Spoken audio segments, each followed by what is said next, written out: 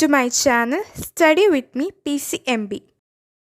Moving charges and magnetism എന്ന ചാപ്റ്ററിലെ ഈ പാർട്ടിൽ നമ്മളൊരു ഡെറിവേഷനാണ് ഡിസ്കസ് ചെയ്യാൻ പോകുന്നത്.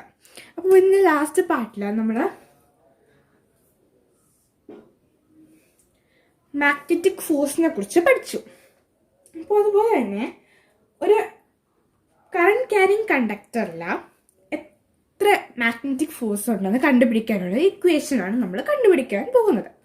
അപ്പോൾ നമുക്ക് സ്റ്റാർട്ട് ചെയ്യാം. അതിന് മുമ്പേ കുറച്ച് ബേസിക് കാര്യങ്ങൾ നോക്കാം. ആ ഒരു കണ്ടക്ടർ നിങ്ങൾ കൺസിഡർ ചെയ്യുക. കണ്ടക്ടറിന്റെ ലെന്ത് ആണ് L. Length L. Area of cross section capital A.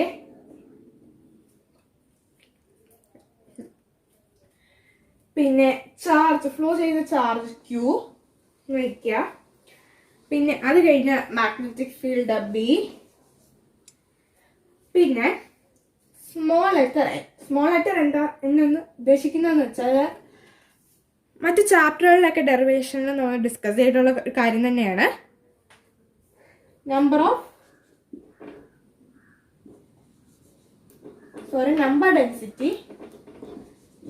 Density of charge carry.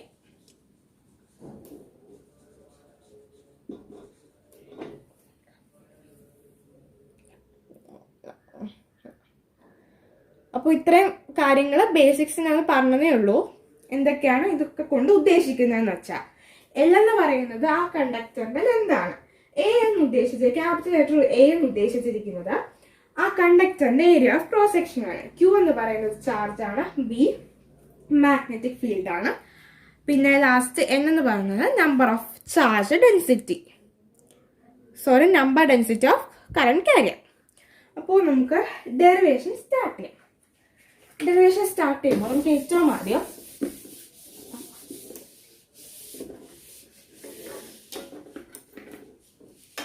നമ്മൾ ആദ്യം ടോട്ടൽ നമ്പർ ഓഫ് ചാർജ് കണ്ടുപിടിക്കാം. Total number of charge carriers കണ്ടുപിടിക്കാം. അപ്പോൾ total number of charge carriers equal to നോക്കാം. അപ്പൊ total number of charge carriers കണ്ടുപിടിക്കാൻ നോക്കില്ല. എത്ര എണ്ണം ഉണ്ടെന്ന് നമുക്ക് ആദ്യം അറിയണം. അത് ഇൻറ്റു അതിന്റെ വോളിയം ചെയ്താൽ പോയി. ഇപ്പൊ കൺസിഡർ ചെയ്യാം, ഇങ്ങനെ ഒരു കണ്ടക്ടർ ഉണ്ടെന്ന് വെക്കാം.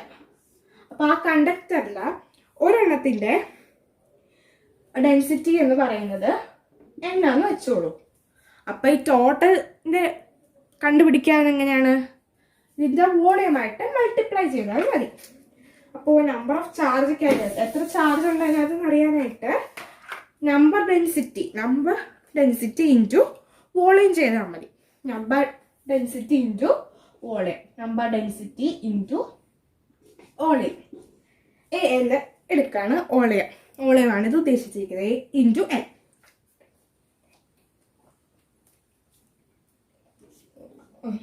നെക്സ്റ്റ് ടോട്ടൽ ചാർജ് എത്രയുണ്ടെന്ന് നമുക്ക് നോക്കാം. അപ്പോൾ ടോട്ടൽ ചാർജ് എന്ന് കണ്ടുപിടിക്കണമെങ്കിൽ നമ്മൾ ടോട്ടൽ നമ്പർ നോക്കണം. ഇത് നമ്മൾ എണ്ണമാണ് കണ്ടുപിടിച്ചത്, നമ്പറാണ് കണ്ടുപിടിച്ചത്. എത്ര എണ്ണം ഉണ്ട് എന്നാണ് കണ്ടുപിടിച്ചത്. അപ്പോൾ എന്നിട്ട് ചാർജ് നമുക്കറിയണം. അപ്പം അത്ര എണ്ണം ഉണ്ട്. ഇപ്പോൾ 10 ആണെങ്കിൽ ആ 10 എണ്ണം ഉണ്ടെങ്കിൽ അതിൻ്റെ എത്ര ചാർജ് ആ 10 എണ്ണം പ്രൊഡ്യൂസ് ചെയ്യും എന്ന് നമ്മൾ കണ്ടുപിടിക്കണം. അപ്പം എന്താ ചെയ്യുക? നമ്മൾ എത്ര എണ്ണം ഉണ്ടോ അത് ഇൻറ്റു ചാർജ് ചെയ്താൽ പോരെ. നിങ്ങൾ എക്സാമ്പിളായിട്ട് ഇപ്പോൾ ഇങ്ങനെ ഒരു ബോക്സ് എടുക്കുക. ആ ബോക്സിൽ 10 കറണ്ട് കാരിയേഴ്സ് ഉണ്ട് വയ്ക്കുക. 10 കറണ്ട് കാരിയേഴ്സ് ഉണ്ട്. ആ ഒരു കറണ്ട് കാരിയേഴ്സിൽ ചാർജ് എന്ന് പറയുന്നത് 1 ആണ് വയ്ക്കുക.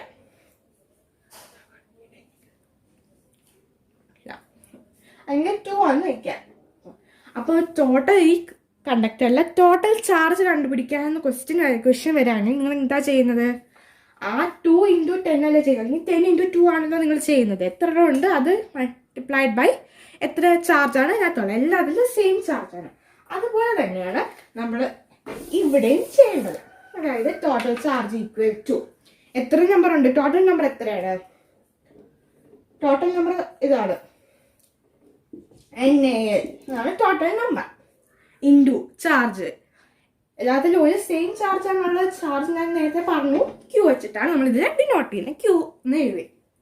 അപ്പം NaL ഇൻറ്റു ക്യൂ. അത് കഴിഞ്ഞിട്ട് നിങ്ങൾ ഡ്രിഫ്റ്റ് വെലോസിറ്റിയുടെ കാര്യം പഠിച്ചത് ഓർമ്മയില്ലേ നിങ്ങൾക്ക്? വി ഡിയുടെ വാല്യൂ, വി ഡിയുടെ ഇക്വേഷൻസ് എന്താണ്? ഡ്രിഫ്റ്റ് വെലോസിറ്റി, കറണ്ട് ഇലക്ട്രിസിറ്റി എന്ന് പറഞ്ഞ ചാപ്റ്ററിൽ അതിൻ്റെ ഒരു ആപ്ലിക്കേഷൻ ചെറുതായിട്ട് നമുക്കിവിടെ കൊണ്ടുവരണം. ഡ്രിഫ്റ്റ് വെലോസിറ്റി, ഒരു കറണ്ട് ക്യാരിയറിൻ്റെ ഡ്രിഫ്റ്റ് വെലോസിറ്റിയുടെ ഒരു കാര്യം നമുക്കിവിടെ കൊണ്ടുവരാം.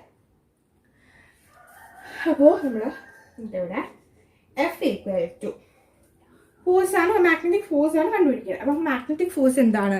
നമ്മുടെ ഇക്വേഷനിൽ പഠിച്ചത് ഓർമ്മയുണ്ടല്ലോ നമുക്ക്, മാഗ്നറ്റിക് ഫോഴ്സിന്റെ ഇക്വേഷൻ. അതായത് F equal to Q V cross B.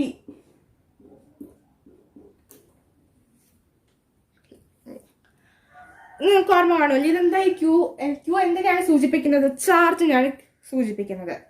അപ്പോൾ ഫോഴ്സ് നിങ്ങൾ ഉദ്ദേശിച്ചിരിക്കുന്നത് സിമ്പിൾ, നിങ്ങൾക്ക് മനസ്സിലാൻ വേണ്ടി എഴുതിയതാണ്. ഇത് ചാർജ് ഇൻറ്റു,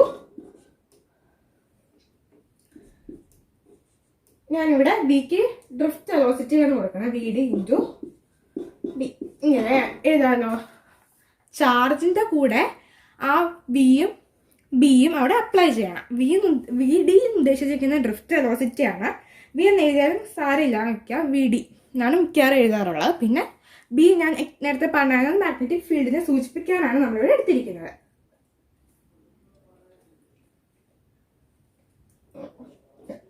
ഞാൻ ചുമ്മാ നിങ്ങൾക്ക് മനസ്സിലാകാൻ വേണ്ടിയിട്ടൊന്ന് എഴുതി തന്നേ ഉള്ളേ, അത്ര അത്യാവശ്യമില്ല. അപ്പോൾ എന്താണ് നമ്മൾ ചാർജ്? എന്താണ് total charge? NaL Q into Q. അതാണ് ടോട്ടൽ ചാർജ്. പിന്നെ എന്താ ഇത് ഇവിടെ അപ്ലൈ ചെയ്യണം. അതായത് VD ഇൻറ്റു B ഇതിവിടെ അപ്ലൈ ചെയ്തു. എന്നിട്ട് അത് അവിടെ കിടക്കട്ടെ. എന്നിട്ട് നിങ്ങൾ തിരിച്ചു പോവാ, നിങ്ങളുടെ കറണ്ട് ഇലക്ട്രിസിറ്റി ചാപ്റ്ററിലേക്ക് പോവാ. കറണ്ട് ഇലക്ട്രിസിറ്റിയില്ല, നിങ്ങളൊരു കാര്യം പഠിച്ചത് നിങ്ങൾക്ക് ഓർമ്മയുണ്ടോ? കറണ്ട് ഡെൻസിറ്റി എന്ന് പറഞ്ഞാൽ, കറണ്ട് ഡെൻസിറ്റി എങ്ങനെയാണ് ഡിനോട്ട് ചെയ്യുന്നത്? J വെച്ചിട്ട്. ഞാൻ ആ ടോപ്പിക്ക് പഠിപ്പിച്ചതാണ്. അപ്പോൾ J എന്നാണ് നമ്മൾ ഡിനോട്ട് ചെയ്യുന്നത്. അപ്പോൾ J ഈക്വൽ ടു എന്താണ്? J ഈക്വൽ ടു I/A അല്ലേ? I/A. അപ്പോൾ നമുക്ക് ആ കറണ്ട് ഡെൻസിറ്റിയെ ഈ ഇക്വേഷനിലേക്ക് എങ്ങനെ കൊണ്ടുവരാൻ പറ്റാം നമുക്ക് ആലോചിക്കാം. അതെങ്ങനെയാന്ന് വെച്ചാൽ J ഈക്വൽ ടു I/A ആണല്ലോ. അപ്പോൾ അവിടെ ഐക്ക് നമുക്കൊരു വാല്യൂ, കറണ്ടിൻ്റെ ഒരു വാല്യൂ നമുക്ക് അറിയാമല്ലോ. കറണ്ടിൻ്റെ ഒരു വാല്യൂ നമുക്ക് ഇതിനകത്തോട്ട് ഇട്ട് കൊടുക്കാം. അപ്പോൾ ഈ ഐയുടെ വാല്യൂ നമ്മൾ ഈ പറഞ്ഞിരിക്കുന്ന ഇക്വേഷനിൽ നോക്കി, അവിടെ I എന്ന് പറയുന്ന സാധനം ഇല്ല. ഇത് വെച്ച് നമുക്ക് ഐയുടെ വാല്യൂ കണ്ടുപിടിക്കാൻ പറ്റില്ല. പക്ഷെ മറ്റൊരു രീതിയിൽ നമുക്കിവിടെ ഐയുടെ വാല്യൂ കണ്ടുപിടിക്കാം. അതായത് നിങ്ങൾ ഒരു ടോപ്പിക്ക് പഠിച്ചത് ഓർമ്മയല്ലേ?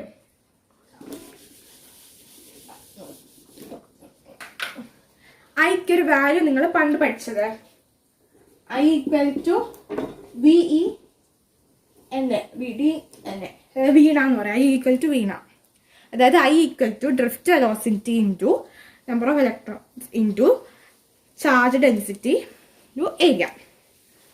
Small letter capital letter A. അത് നിങ്ങൾക്ക് ഓർമ്മയുണ്ടല്ലോ. അത് നമുക്കിവിടെ ഐക്ക് ഇവിടെ ഇട്ട് കൊടുക്കാം. ഒരു വ്യത്യാസമുണ്ട്. ആ ഭാഗം നമ്മൾ ആ ഡെറിവേഷനിൽ പഠിച്ചപ്പോൾ അവിടെ ഇലക്ട്രോൺസ് ആയിരുന്നു. ഇപ്പോൾ ഈ ഡെറിവേഷൻ അവിടെ ഇലക്ട്രോൺസ് അല്ല, അവിടെ ചാർജ് ആണ് വരുന്നത്. അപ്പൊ അങ്ങനെ ഒരു വ്യത്യാസം വരും. അതായത് ഇങ്ങനെ വരും VD QNA. അങ്ങനെ അവിടെ ഒരു വ്യത്യാസം വരും. അത് നമുക്ക് ഇവിടെ ഇട്ട് കൊടുക്കാം. അതായത് Jക്ക് അങ്ങനെ ഐക്ക് അങ്ങനെ ഇട്ട് കൊടുക്കാം ഈ കറണ്ട് ഡെൻസിറ്റിയുടെ ഇക്വേഷനിലേക്ക്.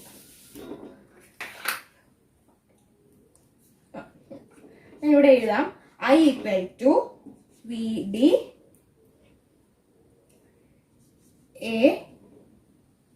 ANQ. അങ്ങനെ ഐക്ക് അവിടെ ഒരു വാല്യൂ ഉണ്ട്. എന്നിട്ട് അതിവിടെ സബ്സ്റ്റിറ്റ്യൂട്ട് ചെയ്ത് കൊടുക്കാം.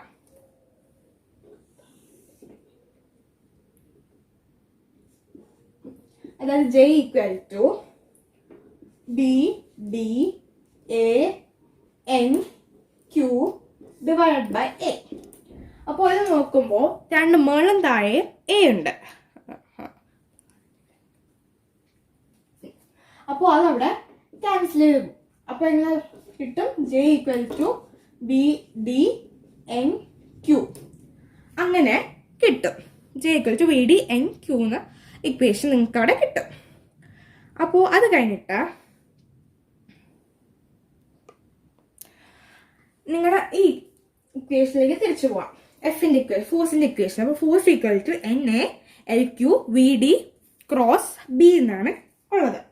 അപ്പോൾ ഈ ഇക്വേഷനായിട്ട് നോക്കിക്കഴിഞ്ഞാൽ ഇവിടെ രണ്ടിടത്തും വീഡിയോ ഉണ്ട്. അത് കമ്പയർ ചെയ്ത് നോക്കുമ്പോൾ രണ്ടിടത്തും വീഡിയോ ഉണ്ട്. രണ്ടിടത്തും എന്നും ഉണ്ട്, രണ്ടിടത്തും ക്യൂ ഉണ്ട്.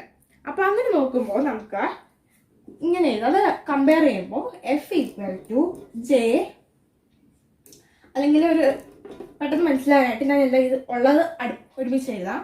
ഇവിടെ ബി ഡി ഉണ്ട്, പിന്നെ എൻ ഉണ്ട്, ഇവിടെ ക്യൂ ഉണ്ട്, ഇവിടെ ഈ സാധനങ്ങളൊക്കെ ഉണ്ട് എഫിൻ്റെ അടുത്ത്.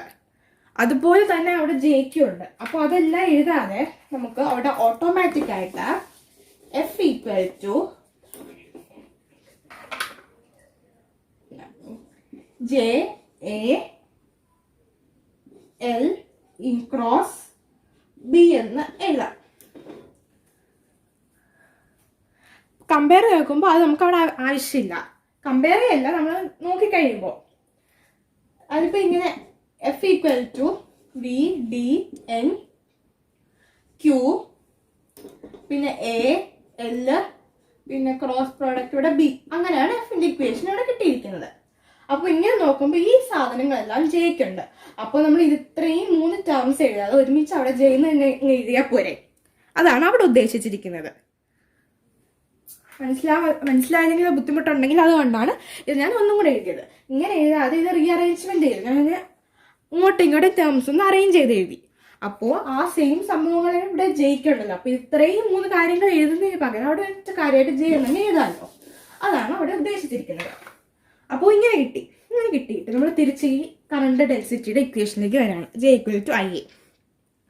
അവിടെ നമുക്ക് ഐക്ക് മറ്റൊരു വാല്യൂ കൊടുക്കാമല്ലോ. അതായത് ഇത് തമ്മിൽ മൾട്ടിപ്ലൈ ചെയ്യും. ഇവിടുത്തെ എയും ജെയും തമ്മിൽ മൾട്ടിപ്ലൈ ചെയ്യും. അപ്പോൾ J A equal to I കിട്ടും. J A equal to I. ഇവിടെ നോക്കിക്കഴിഞ്ഞാൽ ഇവിടെ ജെ എ ഉണ്ട്. അപ്പോൾ ആ 2 ടേംസ് അവിടെ എഴുതുന്നതിന് പകരം നമുക്ക് ഒരു ഒറ്റ ടേം ആയിട്ട് എഴുതാമല്ലോ. അതായത് F equal to I L cross B. ഇതെല്ലാം വെക്റ്റർ ഫോമിൽ കൊടുക്കുമ്പോൾ ഇങ്ങനെ വരും. കറണ്ട് വെക്റ്റർ അല്ല. അപ്പോൾ ഇങ്ങനെ നമുക്ക് ഫൈനൽ ആൻസർ കിട്ടും. നമ്മൾ ഡിറൈവ് ചെയ്ത് കഴിഞ്ഞു.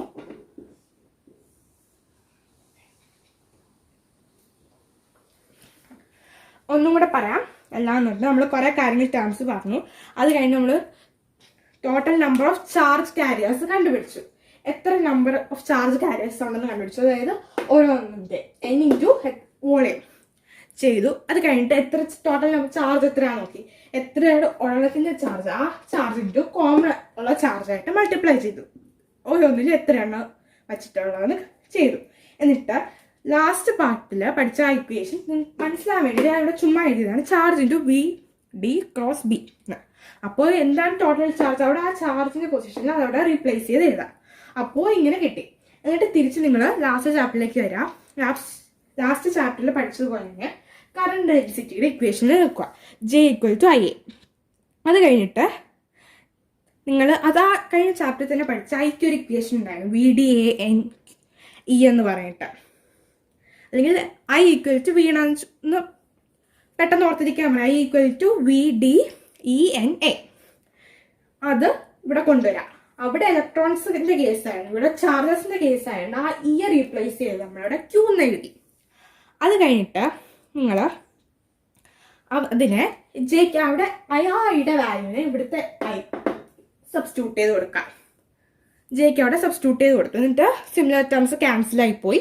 അപ്പോൾ ജെക്ക് ഒരു വാല്യൂ കിട്ടി. അത് കഴിഞ്ഞിട്ട് നിങ്ങൾ എഫിലേക്ക് പോകുമ്പോൾ ഈ എഫിലുള്ള കുറേ ടേംസ് ഈ എഫിൽ നമ്മളൊന്ന് റീഅറേഞ്ച് ചെയ്ത് എഴുതുമ്പോൾ ആ സെയിം സിമിലർ ടേംസ് തന്നെ ജയിലും വരുന്നുണ്ട്, ആ 3 സിമിലർ ടേംസ്. അപ്പോൾ ഈ 3 എഴുതുന്നതിന് പകരം നമുക്ക് ഒറ്റ ടേമായിട്ടാണ് ജെ എന്ന് എഴുതാം. ആ ജെ നമ്മൾ അവിടെ എഴുതി. അത് കഴിയുമ്പോൾ ആ കറണ്ട് ഡെൻസിറ്റിയുടെ ഇക്വേഷനിൽ നിന്ന് തന്നെ നമുക്ക് ഐക്ക് മറ്റൊരു വാല്യൂ കൊടുക്കും. I equal to J, current ഡെൻസിറ്റിയുടെ ഇക്വേഷനിൽ നിന്ന് നമുക്ക് ഐക്ക് മറ്റൊരു വാല്യൂ കൂടെ കിട്ടി. അപ്പോൾ എന്നിട്ട് അവിടെ നമ്മൾ ഈ ജെ ഇവിടെ ഉണ്ട്, എഫിലും ഉണ്ട്, ഫോഴ്സിലും ഉണ്ട്. അപ്പോൾ അതോടെ ആ 2 ടേംസ് എഴുതുന്നതിന് പകരം ഒറ്റ ടേമായിട്ട് നമുക്ക് അവിടെ എഴുതാം. അതായത് F equal to I L in cross B. അതാണ് ഫൈനൽ ആൻസർ. ഇത്രയുള്ള ഡെറിവേഷൻ. അപ്പോൾ താങ്ക് യു.